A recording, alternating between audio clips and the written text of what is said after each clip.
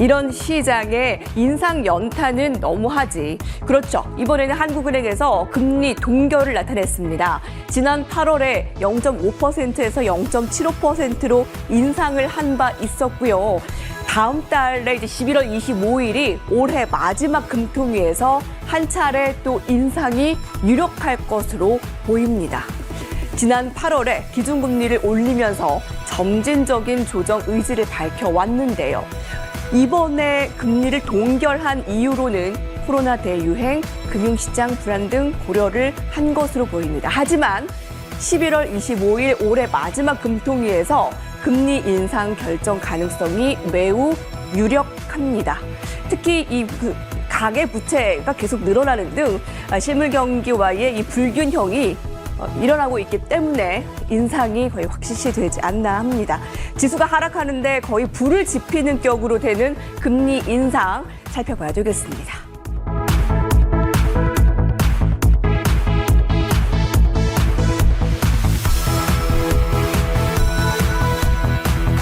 이런 시장에 인상 연탄은 너무하지. 그렇죠. 이번에 금리 동결은 아마 예상이 됐습니다. 지금 증시가 계속 하락하고 있는 상황이었기 때문에 자, 시장 전문가들의 분석에 따르면 오늘 금통위의 동결 결정은 시장 상황이 좋지 못해 속도 조절에 나섰다는 건데 문제는 오늘 동결이 늦췄다는 것이지 예정대로라면 11월 25일에 올해 마지막 금통위에 금리 인상을 또 한 차례 하겠다.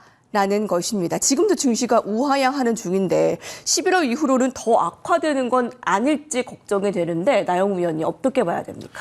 일단 시장에서 가장 싫어하는 것 중에 하나가 이제 불확실성입니다. 자, 그래서 이제 금리 관련된 부분은 사실 이번에 동결될 것으로 많이들 의견이 나왔고 이제 이 이후부터는 오히려 이제 또 정상적인 금리를 또 찾아서 가는 여정이 나오지 않을까라고 보여지고 있습니다. 그러니까 금리를 인상하는 측면에 대해서 이제 뭐로 볼 것이냐. 이제 항상 여러 가지 경제 지표를 놓고 본다라 그러면 동전과 같이 항상 양면성을 가지고 있습니다. 그러니까 금리를 올려야 되는 상황, 오히려 금리를 어떻게 보면 말이 되지 않게 제로에 가까운 수준 아니면 오히려 금리가 마이너스가 되어가는 상황들 보면 상당히 정상적이지 못한 상황입니다. 그러니까 그런 비정상적이 필요한 상황이 필요한 상황들이 항상 이런 응급조치에 해당하는 상황들이죠.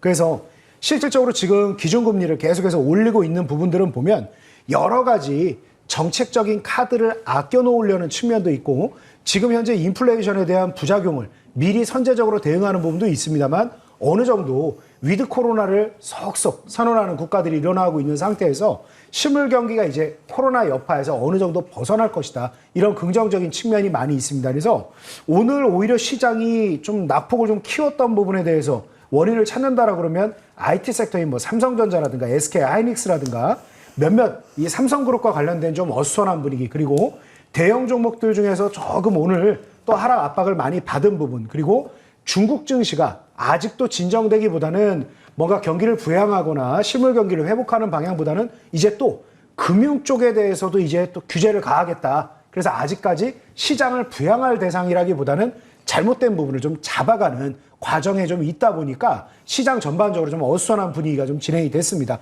자, 근데 오늘 상승한 종목들도 그렇고 대형 우량주 중에서도 상승하는 흐름도 그렇고 결과적으로 지금은 시장을 많이 비관적으로 보기보다는 오히려 아주 설레게 봐야 되지 않나 이렇게 좀 말씀드리고 싶습니다. 그래서 주식이라는 것은 결과적으로는 시세 차익을 목표로 합니다. 자, 그래서 3,200선에 육박하고 그 이상도 넘어갔던 증시가 어느덧 2,900원까지 하락을 한 상황입니다. 그래서 지금 서서히 주식을 좀 모아가는 게 굉장히 좋은 흐름이다라고 말씀을 좀 드리고 싶고 무엇보다 지금 시장 자체의 변동성이 상당히 낮아지고 있는 상황입니다. 그래서 시장이라는 게 어떻게 보면 역사적 변동성 수준을 감안할 때 계속해서 이제 하방 쪽으로 움직임 나오고 있고 수급적인 측면에서 본다라 그러면 외국계 창구에서는 여전히 중립에 가까운 흐름입니다. 그래서 한 차례 반발 매수라든가 되돌림이 나올 여지도 충분히 많은 상황입니다. 그래서 지금 현재 나온 부분들 그리고 이제 금통위에서 이제 언제 금리를 올릴지에 대해서 비교적 불확실성을 많이 걷어놓은 상태라고 보면